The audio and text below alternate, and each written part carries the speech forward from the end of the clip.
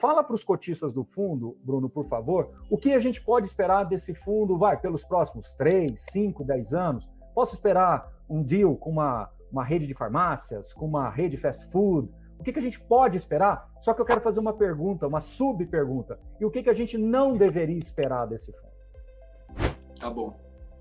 Eu vou dar um passo atrás e chego lá, tá, Baroni? Até para eu, dado que é a primeira vez aqui, contar um pouquinho até dessa história toda, de como a gente chegou aqui, um pouco da cabeça também do fundo, e aí eu entro aonde a gente pode ir e aonde a gente não deve ir. Então, pensando aqui em estratégia, como é que esse fundo foi concebido? A gente lá atrás, basicamente, de novo, pelo deal flow, vários imóveis vinham sendo ofertados para a gente há 2, 3 anos atrás, e imóveis que não se encaixavam nem no logística, nem no RE, que toca a parte de lajes corporativas.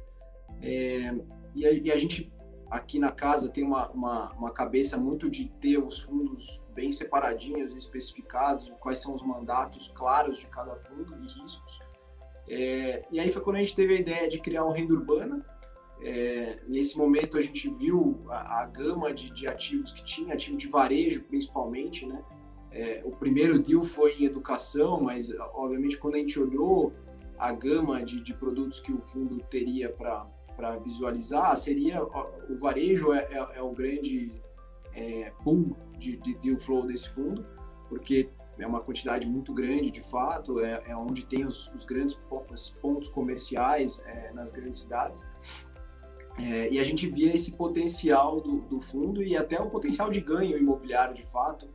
A hora que você analisa esse tipo de ativo no longo prazo, são os ativos que têm até mais perenidade, porque ele traz junto com o próprio ativo imobiliário o lado comercial, né? Ou seja, o lado do ponto comercial. Ponto esse que foi negociado com ágio durante décadas, né? E continua. Então, quando você olha para esse aspecto também desse tipo de ativo, você vê o quão perene ele e é o que a gente busca. Então, uma tese que, quando a gente olhou para ela, tem todo a ver com pessoa física, né? Faz todo sentido, são contratos longos, com imóveis bem localizados e líquidos, porque esse tipo de ativo também traz consigo, até pela dominância deles nos seus espectros dentro da cidade, eles trazem uma liquidez muito grande, porque não são ativos tão grandes, muito bem localizados e que você consegue trazer o lado comercial para diversas frentes. Isso faz com que o ativo tenha mais liquidez na ponta imobiliária, o que também, na nossa visão, diminui risco. Então, a tese corroborava muito para ter esse sucesso e essa boa aceitação, dependia da gente contar um pouco ela e explicar aonde a gente queria chegar. E aí foi quando a gente criou o fundo, então a gente trouxe para o portfólio, no primeiro momento, educação, mas a ideia do portfólio é basicamente imóveis de educação, imóveis de varejo como um todo, aí olhando várias frentes, tá? A parte de supermercado, onde a gente já tem uma boa concentração, atacarejo, a parte de vestuário, onde a gente fez essa última aquisição da Pernambucanas, e algumas frentes que a gente quer ter exposição, como por exemplo Home Building, Home Center, que são as grandes lojas de construção, isso a gente vem buscando, e a parte de saúde, tá? Essa é uma terceira parte que a gente continua olhando, a gente tem vontade também de ter esse tipo de ativo, principalmente quando olhando para clínicas de diagnóstico, que a gente acha que tem esse quê de ponto comercial mais forte e menos hospital, né? Então, essa é um pouco a tese do fundo, que se concentra muito na tese de ponto comercial. Então, assim, Isso. O grande core do fundo é bons ativos em centros urbanos que tenha, de fato, essa característica de ponto comercial. Então, se amanhã aquele supermercado não for um supermercado, ele pode ser um home center, ele pode ser... Até um last mile, né? Um pequeno galpão last mile, um ponto de distribuição. Pode vir a ser um last mile, pode ser um centro de saúde, Por quê? Porque é um imóvel que... O terreno vale muito e você entrega isso para uma incorporadora, entra como permutante, enfim, faz algum deal nesse sentido. O residual disso tem um valor muito grande, né? Perfeito. São imóveis que os bairros cresceram no entorno, né?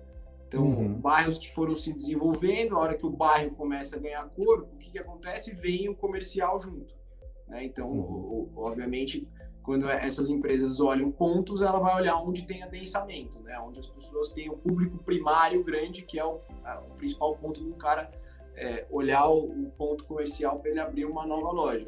E pelo que eu entendo também da cabeça de vocês gostam de negócios onde você tem escala, né? Então, dificilmente você vai comprar um imóvel muito assim, isolado do nada. Você vai, possivelmente, tentar fechar um negócio em que você consiga amarrar a operação em alguns imóveis, como foi Pernambucanas, como foi Big, possivelmente como virão outros, né? Então, não vai ficar aquela coisa muito solta, né? Ela tem que ter alguma ligação, tem que ter uma liga ali naquele negócio para que uma coisa justifique outra, é isso, né? Para ter escala. Até para diminuir risco, né? Quando a gente olha para esse lado, a gente olha muito no ponto do risco.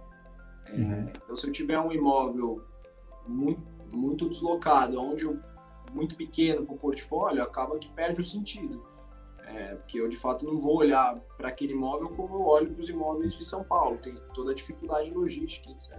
Então, hospital não, mais centro diagnóstico sim. Por exemplo, semelhante àquele da Aliança, lá da DASA, alguma coisa assim, nesse sentido, mas hospital não, né? Exato. Postos de combustível, farmácia, tudo bem, saúde em algum lugar, ok, mas postos de combustível, você acha que pode chegar nesse estágio também, ou a princípio não é o que está na cabeça de vocês? Olha, a gente já discutiu os dois, tá, Baroni? E com cases que vieram para a gente, tanto postos quanto farmácia. Farmácia tem uma dificuldade da loja ser muito pequena. Então pulveriza muito. Você vê, Pernambucana já foi um deal de 66 lojas. Eu vou contar até um pouquinho mais para frente e dou um pouco mais das características específicas, mas já tem uma dificuldade grande de tocar isso, tá? E a gente teve que se adequar para isso também.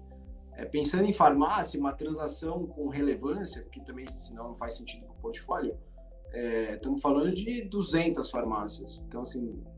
É difícil achar um proprietário que esteja disposto a vender 200 farmácias. Né? Até tem. Apareceu alguma coisa já. Não 200, Preço, mas né? números grandes. Mas não faz sentido para a gente. Então, hoje, tá? Pode ser que amanhã a gente mude de ideia. Mas hoje a gente não está olhando para esse tipo de deal. A parte de postos... tem uma complexidade muito grande quando olha a diligência. Sanitária, tem um monte de coisa, né? Tem umas questões ali perigosas. Solo. Tem até a parte de legislação, quando o cara devolve o imposto, ele é obrigado a fazer todo o estudo ambiental, então isso protege um pouco a gente numa possível negociação, mas é uma complexidade grande, tá? Apesar de serem pontos comerciais muito bons, mas entra também dentro da característica do preço também, eu acabar tendo que comprar muito posto. Então tem uma transação grande também que a gente olhou, mas acho difícil a gente entrar numa transação dessa, tá? Num primeiro momento a gente até rejeitou. Fast food pode, né? Fast food sim, na verdade é até uma complementariedade ao portfólio atual. Então, dentro das próprias lojas que a gente já tem, a gente está olhando já a expansão dessas lojas. Então, hoje a gente tem uma discussão tanto com o Grupo Big quanto com o Açaí, né, que está dentro para crescimento de áreas novas dentro dos próprios pontos comerciais, porque isso traz uma complementariedade muito boa, tanto para o locatário quanto para a gente, porque a gente maximiza o nosso retorno. E para ele é mais um âncora para trazer fluxo e um agrega para o outro, né? Obviamente que isso nunca vai virar um shopping, mas a ideia de Power Center é muito bem-vinda para todo o portfólio. Maravilha.